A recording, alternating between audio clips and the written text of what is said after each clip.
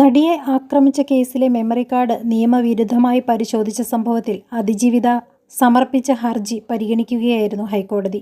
ഹൈക്കോടതിയുടെ മേൽനോട്ടത്തിൽ പ്രത്യേക പോലീസ് സംഘം അന്വേഷിക്കണമെന്നാണ് ഹർജിയിലെ ആവശ്യം. ജഡ്ജി ഹണിയം വർഗീസ് സമർപ്പിച്ച അന്വേഷണ റിപ്പോർട്ട് തള്ളണമെന്നും ഹർജിയിൽ ആവശ്യപ്പെട്ടിട്ടുണ്ട്. ഇക്കാര്യങ്ങളിൽ മെയ് 30-നായിരിക്കും വാദം കേൾക്കുക. അന്വേഷണ റിപ്പോർട്ടിന് ആധാരമായ മൊഴിപ്പകർപ്പുകൾ വേണമെന്നാവശ്യപ്പെട്ട മറ്റൊരു ഹർജിയും അതിജീവിത നൽകിയിരുന്നു. 2 ഹർജികളും കെ. ബാബു അധ്യക്ഷനായ സിംഗിൾ ബെഞ്ചാണ് പരിഗണിക്കുന്നത്.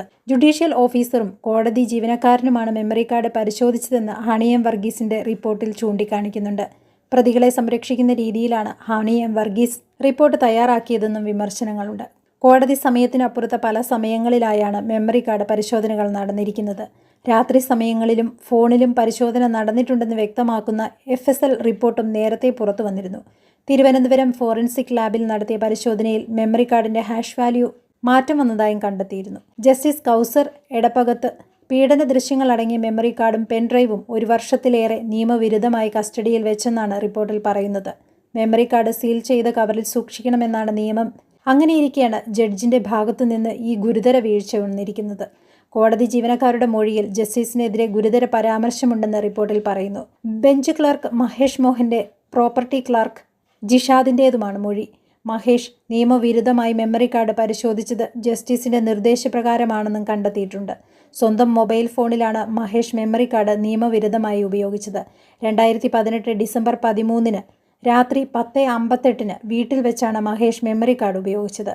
മെമ്മറി കാർഡ് പരിശോധിച്ച മൈക്രോമാക്സ് ഫോൺ നഷ്ടമായെന്ന് മഹേഷ് മൊഴിയിൽ നൽകിയിട്ടുണ്ട്. അതേസമയം അന്വേഷണത്തിൽ ജസ്റ്റിസ് കൗസർ എടപ്പകത്തിന്റെ വിശദീകരണം തേടിയിട്ടില്ലെന്ന് വിമർശനം ഉയർന്നിട്ടുണ്ട്.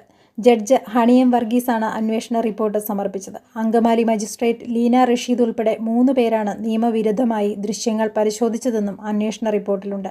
മെമ്മറി കാർഡ് ഉൾപ്പെടെ തെളിവുകൾ സീൽ ചെയ്ത കവറിൽ കോടതി ചെസ്റ്റിൽ സൂക്ഷിക്കണമെന്നതാണ് നിയമം. ഓപ്പൺ കോടതിയിൽ വിദഗ്ധരുടെ സാന്നിധ്യത്തിൽ മാത്രമേ ഇത് പരിശോധിക്കാൻ പാടുള്ളൂ എന്നും നിയമം അനുശാസിക്കുന്നു. പക്ഷേ ഈ നിയമങ്ങളെല്ലാം കാറ്റിൽ പറത്തിയാണ് കോടതികളിൽ പീഡന ദൃശ്യങ്ങൾ അടങ്ങിയ മെമ്മറി കാർഡ് പരിശോധിച്ചത്. ഇതോടെ അന്വേഷണ റിപ്പോർട്ടിന് ആധാരമായ സാക്ഷിമൊഴികൾ നൽകണമെന്നും ഹൈക്കോടതി നിർദ്ദേശിച്ചു. എറണാകുളം സെഷൻസ് കോടതിക്കാണ് ഹൈക്കോടതിയുടെ നിർദ്ദേശം. അതിജീവിതയുടെ ഹർജിയിലാണ് ഹൈക്കോടതിയുടെ ഉത്തരവ്. സാക്ഷിമൊഴികൾ അതിജീവിതയ്ക്ക് ലഭിക്കേണ്ടതാണെന്നും അതിജീവിതയുടെ ആവശ്യം നിലനിൽക്കുമെന്നും ഹൈക്കോടതി നിരീക്ഷിച്ചു.